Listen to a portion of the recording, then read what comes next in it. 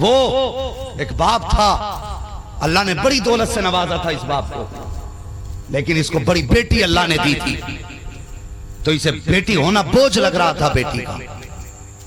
جلدی جلدی بیٹی کی شادی کر کے اس کا قصہ ہی ختم کر دیا گھر سے۔ 10 سال گزر گئے، کبھی بیٹی کے سسرال نہیں گیا۔ یہ سماج ہے ہمارا، ذرا سی بات سمجھی سے ہو جائے تو بیٹیوں سے تعلق توڑ دیتے، شرم نہیں آتی؟ کئی سال ہو جاتے بیٹی کی دہلیز پہ قدم نہیں رکھتا، کیوں؟ سمدھی سے نہیں بنتی میری، سمدھی کے چکر میں اپنے جگر کا ٹکڑا تو نے چھوڑ دیا۔ کون سا جملہ بولوں ایسے لوگوں کے لیے جو اپنی موچ کی خاطر اپنی بیٹیوں سے رشتہ توڑ دیتے ہیں؟ ارے اکھیڑ کے پھینک دو ایسی موچ کو جو اپنوں سے دور کرتی ہے۔ سوچو 10 سال ہو گئے بیٹی کی دہلیز پہ قدم نہیں رکھا۔ بیٹی بیٹی ہوتی ہے، اگر 4 دن باپ کو نہ دیکھے تڑپ جاتی ہے، 4 دن باپ نظر نہ آئے چھپ چھپ کے رونے لگتی ہے۔ ایک دن کے لیے سسرال والے پابندی لگا دے کہ میکے نہیں جائے گی، اسی وقت سے رونا شروع کر دیتے۔ اور بیوی ایک دن کہہ دے اپنے ابا کے ساتھ نہیں کھاؤ گے روٹی، 3 بار کہہ تو نے صحیح کہی، قبول ہے 3 بار کہی تھی، الگ ہونے کو 6 بار کہہ کے رکھتا۔ یہ اتنا بڑا فرما بردار ہے بیوی۔ بیوی کے بھی حق ہے، میں انکار نہیں کرتا، اس کا بھی حق ادا کر، لیکن باپ کو ستا کے کوئی حق ادا نہیں کرتا۔ سن رہے ہیں نا میری بات؟ ارے بولو ہاں، بس سنیے اور دل کے اندر رکھیے میری بات کو۔ تو یہ ہمارے بیٹوں کے معاملات ہوتے ہیں۔ اب دیکھو تو سگی 10 سال ہو گئے بیٹی کے گھر نہیں گیا، اس نے بیٹوں کی شادیاں کی، الگ الگ جائیداد بانٹنے کی باری آئی، 4 بڑی بڑی میلیں تھیں، بڑی بڑی میلیں 4 تھیں، اس نے چاروں بیٹوں کو ایک ایک میل دے دی، چاروں بیٹوں کے جائیداد نام کر دی، لیکن بیٹی کو کچھ نہ دیا، اور 10 سال سے اس کے دروازے پہ بھی نہیں گیا۔ اتفاق دیکھئے، مرضی قدرت کی کہ درد اٹھا پیٹ میں، جب پیٹ میں درد اٹھا اس کے، ڈاکٹر کے پاس لوگ لے کر کے گئے، ڈاکٹر نے چیک اپ کیا، چیک اپ کے بعد ڈاکٹر کہنے لگا کہ تمہارے گردے فیل ہو چکے ہیں، اب تمہاری زندگی کا وقت کم رہ گیا ہے، کا کوئی راستہ ہوگا علاج کر۔ اس نے کہا علاج سے ٹھیک نہیں ہوں گے بلکہ گردے بدلے جائیں گے۔ جیسی اتنی بات کہی، دولت والا تھا، پیسے والا تھا، گھمنڈ تھا اپنی امیری پہ، کہنے لگا ڈاکٹر جتنا پیسہ چاہیے اتنا پیسہ لے لے، جلدی سے دوسرے گردوں کا انتظام کر دے۔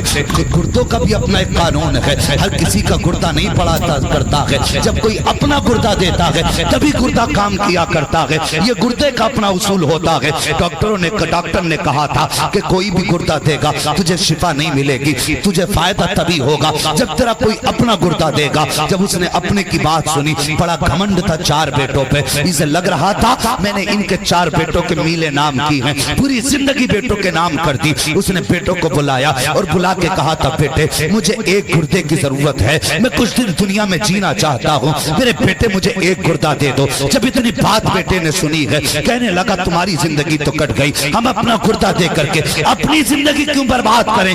یہ کہہ کے بیٹے نے گردہ دینے سے انکار کر دیا۔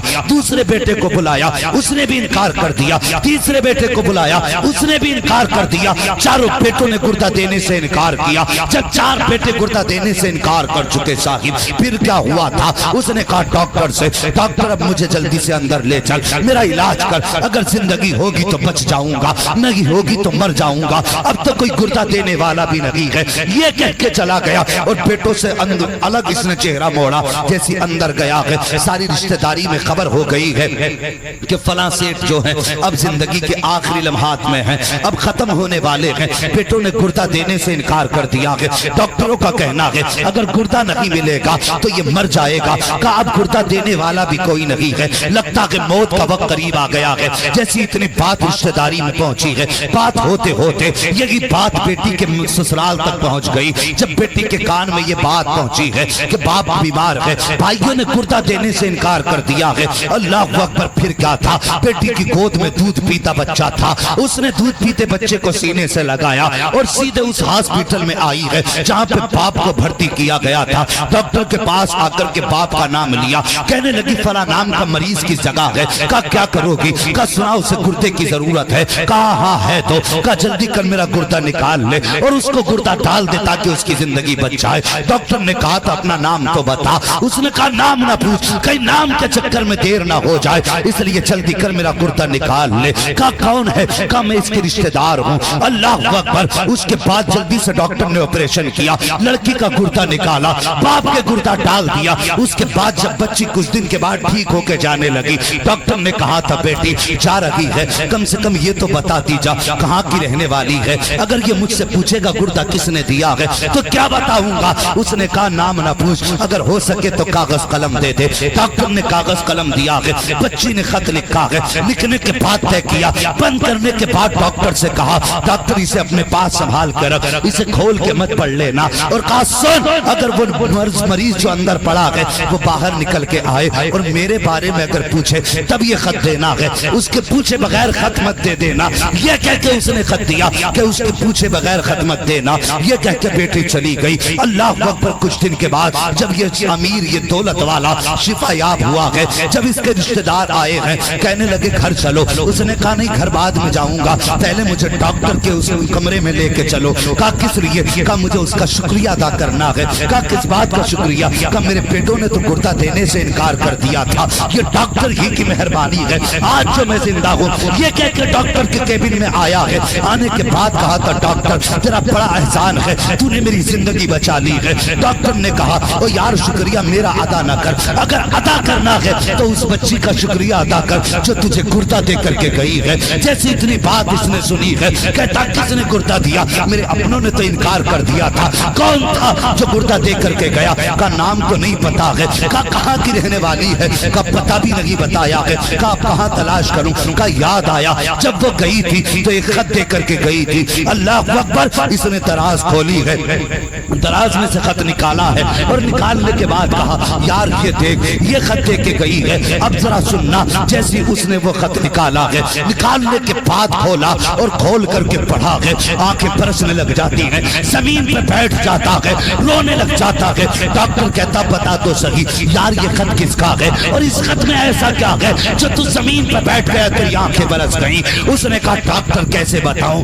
دل دھڑکنیں پڑ گئی ہیں, لب کانپ رہے ہیں, بتانے کی طاقت نہیں ہے. کہا بتا تو صحیح یہ خط کس کا ہے؟ اس نے کہا ڈاکٹر یہ میری اس بیٹی کا خط ہے جس کے دروازے پہ شادی کے بعد میں 10 سال سے نہیں گیا تھا.